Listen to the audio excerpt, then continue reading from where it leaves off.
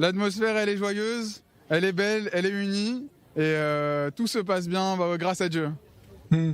Alors pourquoi est-ce que vous avez décidé de vous rendre à Ouman malgré les avertissements très clairs des autorités israéliennes qui ne voulaient pas que l'on aille dans ce pays où il y a la guerre?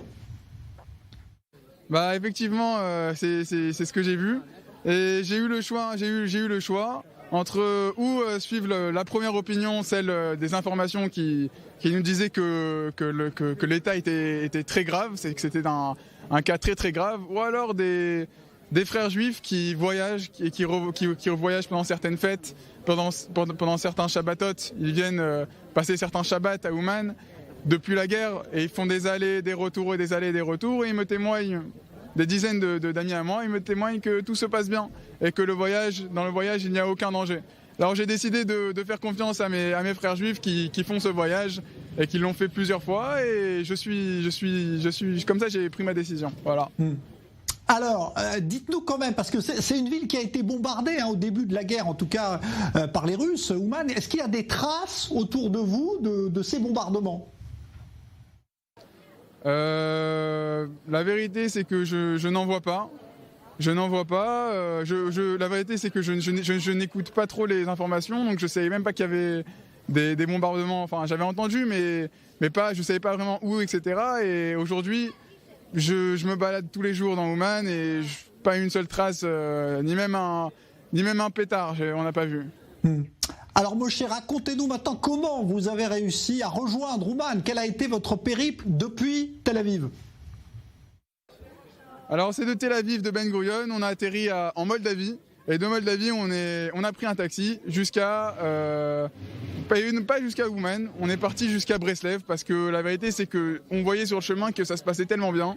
On s'est dit qu'on allait faire un détour à Breslev, chez le disciple de Rabbi Nathan, le disciple de Rabbi Nachman, Rabbi Nathan.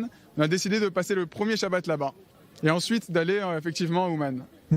Mais ça veut dire que vous n'avez rencontré pendant votre chemin aucune trace de la guerre qui est là, pourtant en Ukraine. Il y a toujours des combats. Vous n'avez pas été confronté à ça?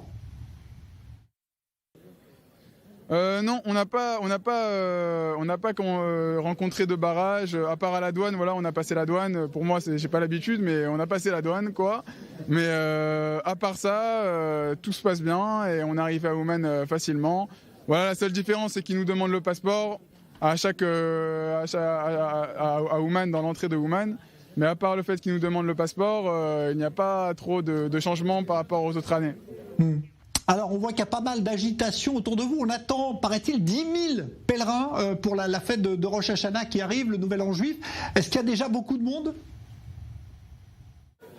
Oui, grâce à Dieu, il y en a beaucoup qui sont venus, qui ne sont pas tombés dans le panneau. Ils étaient là. Ce matin, si vous les aurez vus danser tous ensemble après la tfila, après la prière, c'était extraordinaire.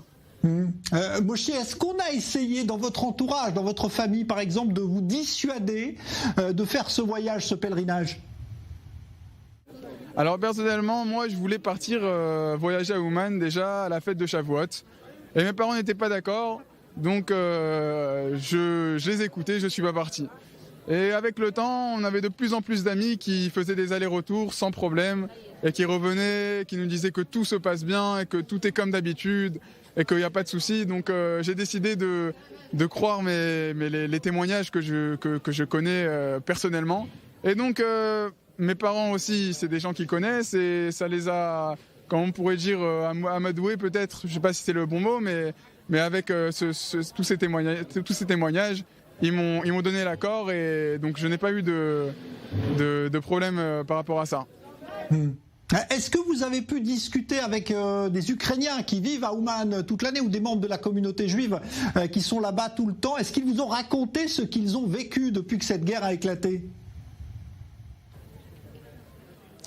Alors, j'ai pas eu trop l'occasion de discuter avec des gens sur place qui sont à l'année, mais à part avec une au téléphone, on a eu la maman de quelqu'un qui aide ma mère au jour le jour, qui est ukrainienne et qui habite à 3 heures de Ouman.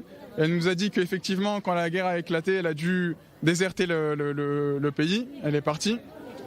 Mais depuis, ça fait un moment déjà qu'elle est revenue de elle-même et qu'elle n'avait aucun problème à rester où elle était, mais elle est revenue. Au début, elle revenait seulement pour passer quelques jours, mais au final, elle est revenue d'elle-même en Ukraine.